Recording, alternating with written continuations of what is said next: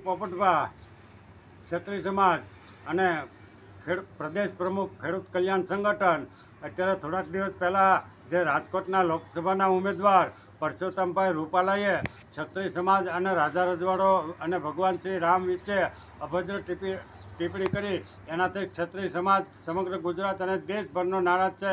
સાથે સાથે ભગવાન શ્રી રામને જુદી રીતેથી ચિત્રી બતાવ્યા અને પોતાની એક અદાથી અહંકારી સ્વભાવનાથી એને જે ચિત્રી બતાવ્યા છે એનાથી સમગ્ર હિન્દુ સમાજ નારાજ છે.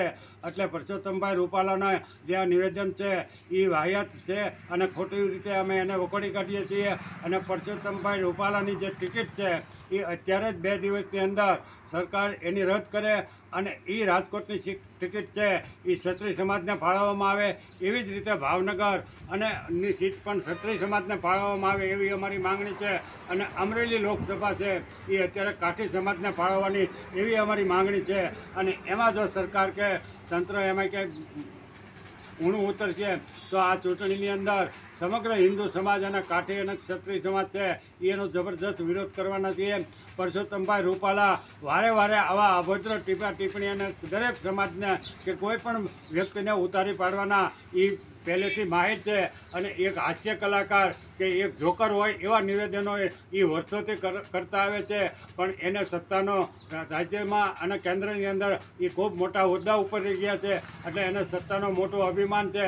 પરસોત્તમભાઈ રૂપાલા છે એ વારે વારે કોઈ પણ પક્ષના મોટા નેતા હોય, કોઈ પણ સંગઠનના, કોઈ પણ સંસ્થાના કે કોઈ પણ જ્ઞાતિના નેતા હોય કે મોટા વ્યક્તિ હોય એને ઉતારી પાડવામાં એટલે કે આ તો જર્સી ગાય છે ઇટાલીની, આ ઇટાલીની ઓલાદ છે, આ પપ્પુ છે, આ તો માના ખોળમાં બેહાડીને ટોકરી વગાડે છે. આ તો અમારું કામ તમે જોઈ લેવો, નકર તમે થાંભલે ચડીને તાર અડી જુઓ. અથવા તો અમે વરરાજા છીએ, ઓલા અણવર છે, ઓલા ફેંકાઈ ગયેલા છે, એને કોઈ ગણતું નથી. આવા વાહિયાત નિવેદનો આપી અને પરસોત્તમભાઈ વારે વારે કોઈ પણ વ્યક્તિને ઉતારી પાડે છે. એટલે આની ઉપર અત્યારે સરકાર અને તંત્ર છે એ કે ગુનો દાખલ કરે અને પરસોત્તમભાઈની ટિકિટ છે એ રદ કરવામાં આવે. પરસોત્તમભાઈ વારે વારે આવા નિવેદનો આપે છે એનાથી ક્ષત્રિય સમાજ ખૂબ મોટા પ્રમાણમાં નારાજ છે. પરસોત્તમભાઈની 1000 પેઢીમાં એક વ્યક્તિ તો પરસોત્તમભાઈ અમને એવો બતાવે કે એને એનું સર્વસ્વ કે પોતાના લોકોના કલ્યાણ માટે એને બલિદાન આપેલું છે. અમારા ક્ષત્રિય સમાજના તો લાખો કરોડોની સંખ્યામાં પ્રજા માટે કે લોકોનો માટે બલિદાન આપેલા છે. અને આખા જો 543 રજવાડા જો આપી દીધા હોય તો એ લોકોના કલ્યાણ માટે આપી દીધેલા છે, લોકોના હિત માટે આપી દીધેલા છે. નહીંતર ભાવનગર, ગોંડલ, પોરબંદર, જામનગર વગેરે એવા તો સૌરાષ્ટ્રની અંદર 10 રજવાડા હતા કે એ પોતાનો દેશ સ્થાપિત કરી આપે એવા શક્તિશાળી હતા. અને પરસોત્તમભાઈ તમે વારે વારે આવા વાહિયાત નિવેદનો આપી અને તમારી એક વાહવાહી કરવા માગો અને તમે સત્તાના નશાની અંદર આ બધું બોલો છો એટલે એ હવે પછી તમે બંધ કરી દો. નહીંતર આવનારા દિવસોમાં જોયા જેવા પ્રોગ્રામો આપતા અમે પણ પાછા અચકાઈશું નહીં. અને અત્યારે જો પરસોત્તમભાઈમાં જ માનવતા હોય તો એને પોતાને જ હટી જવું જોઈએ. એનું જો એને સ્વમાન હોય અને એને એનું પોતાની જાતનું જો ગર્વ હોય તો પરસોત્તમભાઈએ જ હટી જવું જોઈએ અને આ ટિકિટ એને રદ કરવી જોઈએ અને ક્ષત્રિય સમાજને ટિકિટ અપાવવી જોઈએ. સાથે સાથે ક્ષત્રિય સમાજના ભાજપમાં કે કોઈ પણ પક્ષમાં છે એને તો મારી ખુલ્લી ચેલેન્જ છે કે હવે તમે ભાજપના પગ લૂંટણિયા અને ભાજપવાળાને પાણી અંબાવવાના બંધ કરો. તમારી ગરિમા જો ન જળવાતી હોય અને તમે ક્ષત્રિય સમાજની સાથે ન રહી શકતા હો તો તમે અત્યારે નોખી નાચ બનાવો કે અમે ભાજપના ક્ષત્રિય છીએ, અમે કોંગ્રેસના ક્ષત્રિય છીએ. અત્યારે નાની 2% 3% 5% જ્ઞાતિ છે એના નેતાઓ એમ કહે છે કે મારો પહેલાં સમાજ, પક્ષ તો પછી હું જન્મો છું એ સમાજ મારે પહેલો હોવો જોઈએ. તો તમે ક્ષત્રિય સમાજના નેતાઓને ભાજપમાં છે એને ક્યાં ચૂક વાગે છે કે તમે પરસોત્તમભાઈને સમજાવતા નથી. ભૂપેન્દ્રસિંહ ને કિરીટસિંહ 2 વેણ કહી અને પછી માયા હકેલી લેવાના તમે જે આ ધંધા કરો છો એ હવે બંધ કરો. હવે ક્ષત્રિય સમાજ આ કોઈ ચીજ ચાખી લેવા એટલે તમે વારે વારે ગમે ત્યારે હોય ત્યારે ક્ષત્રિય સમાજના એના મહાપુરુષોનો એના મહાન સતીઓના તમે ક્યાંક ને ક્યાંક આવા કરો છો. એટલે તમારું તો તમે પહેલાં વિચારો. પરસોત્તમભાઈ છે એ ગમે એને ગમે એમ કહી નાખે કે આ ગમે એવો છે ને ગમે એટલે તમારા પરસોત્તમભાઈ 18 વાંકા છે. એ તો પહેલાં જોવો. એટલે પરસોત્તમભાઈની ટિકિટ છે એ 2 દિવસની અંદર ભાજપ રદ કરે, નહીંતર પછી આવનારા દિવસોમાં ગુજરાત અને દેશમાં જોયા જેવી થશે અને ભાજપને આનું પરિણામ ભોગવવું પડશે. એ અમારી ચેલેન્જ છે.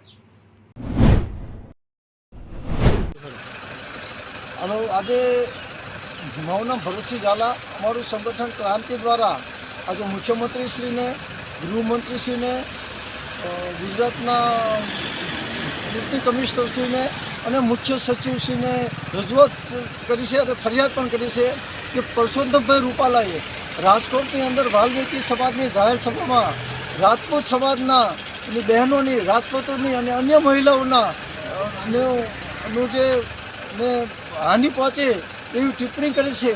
તો એના વિરુદ્ધમાં અમે ફરિયાદ કરી છીએ અને સ્પષ્ટ અમે કહેવા માગીએ છીએ કે લોકશાહીની અંદર વિધાનસભાના ઉમેદવાર હોય કે લોકસભાના ઉમેદવાર હોય, એમને ત્યાંની જનતાના મૂળ પ્રશ્નનું નિરાકરણ લાવવા માટે એમને જાહેર સભામાં બોલવું જોઈએ કે શું આ વિસ્તારના લોકોને પાણી મળે છે, રોજગાર મળે છે, ખેડૂતોને ઉત્પાદનના પૂરા ભાવ મળે છે.